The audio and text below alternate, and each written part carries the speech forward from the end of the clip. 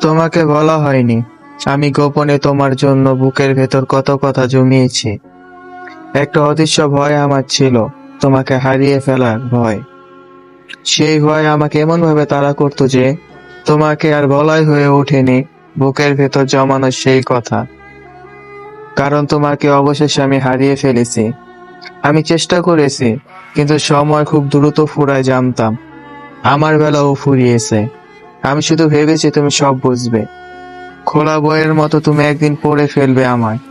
আমার চোখের মাঝের রহস্য তুমি জেনে নিবে চুপিসারে।